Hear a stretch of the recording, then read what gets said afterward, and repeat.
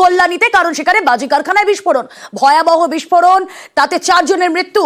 কল্যাণীর রথতলায় বাজি কারখানায় বিস্ফোরণ, নিহতদের 4 জনই মহিলা। জনবহুল এলাকায় বিস্ফোরণে তীব্র আতঙ্ক এখনো।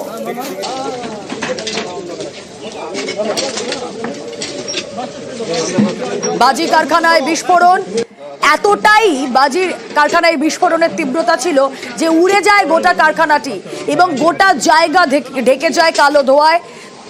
আপনারা দেখতেই পাচ্ছেন কার্যত জায়গাটা ধ্বংসস্তূপে পরিণত হয় এবং সেখান থেকেই আমরা দেখেছি 4 জনের দেহ উদ্ধার হয়েছে।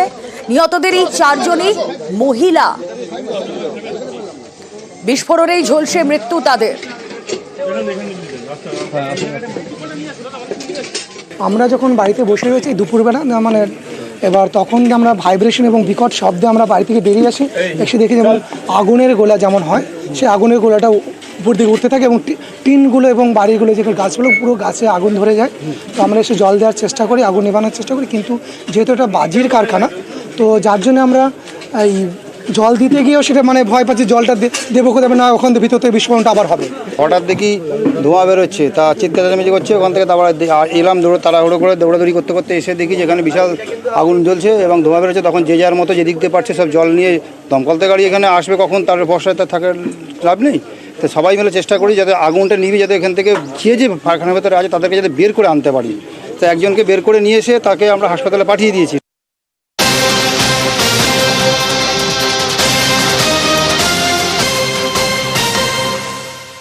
একের পর এক ঘটনা এরকম বাজি কারখানায়, বেআইনি বাজি কারখানায় বিস্ফোরণের আমরা দেখেছি। সাম্প্রতিক অতীতে আমরা এগরা, ভূপতিনগর, মহেশতলা, নীলগঞ্জ এরকম ঘটনা দেখেছি। আর এই ঘটনার পর, কল্যাণীর এই বাজি কারখানায় বিস্ফোরণের পর যে মালিক খোকন বিশ্বাস পলাতক, ঘটনার পরেই সে পলাতক বেপাত্তা বাজি ব্যবসায়ী। কথা বলবো আমাদের প্রতিনিধি রঞ্জিত রয়েছেন সঙ্গে, রঞ্জিতের কাছে যাব। রঞ্জিত, এই খোকন বিশ্বাস দীর্ঘদিন ধরে যে এখানে বেআইনি বাজি কারখানা চালাতো, কিছুক্ষণ আগে যখন তোমার সঙ্গে কথা হচ্ছিল পুরসভার নজরদারি ছিল না, এই খোকন বিশ্বাস তার প্রোফাইলটা একটু জানতে চাই। কতদিন ধরে এই ব্যবসা সে চালাতো এখানে?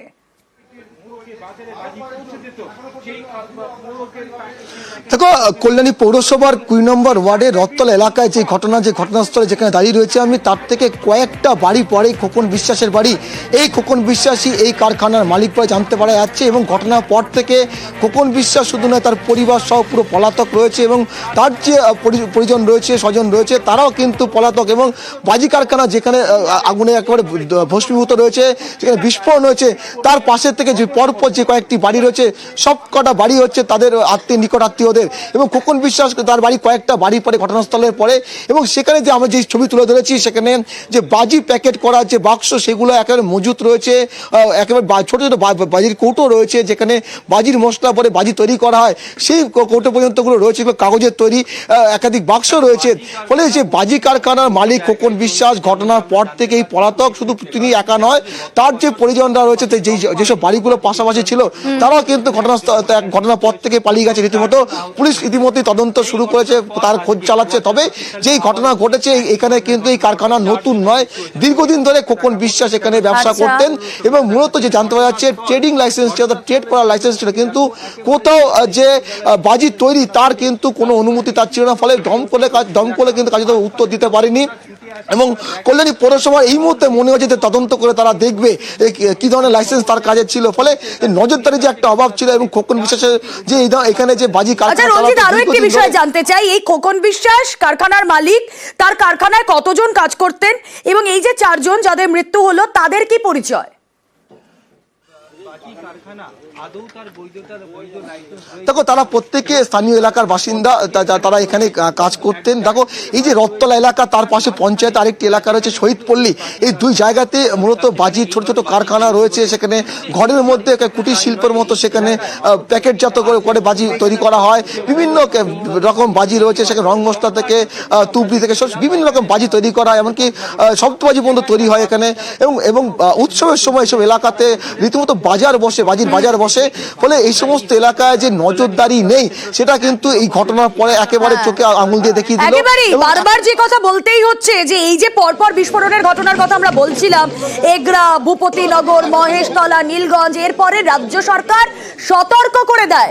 রাজ্য সরকার বারবার বলে দেয় যে হ্যাঁ, এই তালিকা তৈরি করতে হবে কোথায় কোথায় বাজি কারখানা রয়েছে।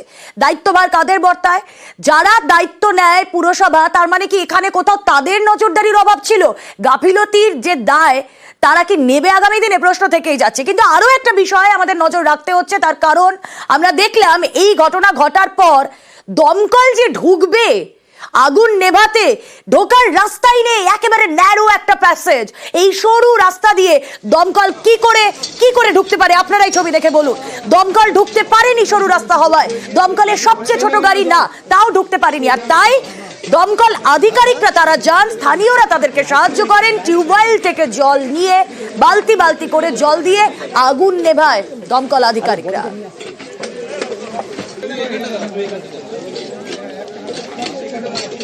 এই যে দেখছো দমকলের যে গাড়িটি দাঁড়িয়ে রয়েছে, গাড়িটা ছোট গাড়ি, আরেকটি গাড়ি দূরে দাঁড়িয়ে রয়েছে, সেই গাড়িগুলোকে ঢোকানো যায়নি গলির মধ্যে।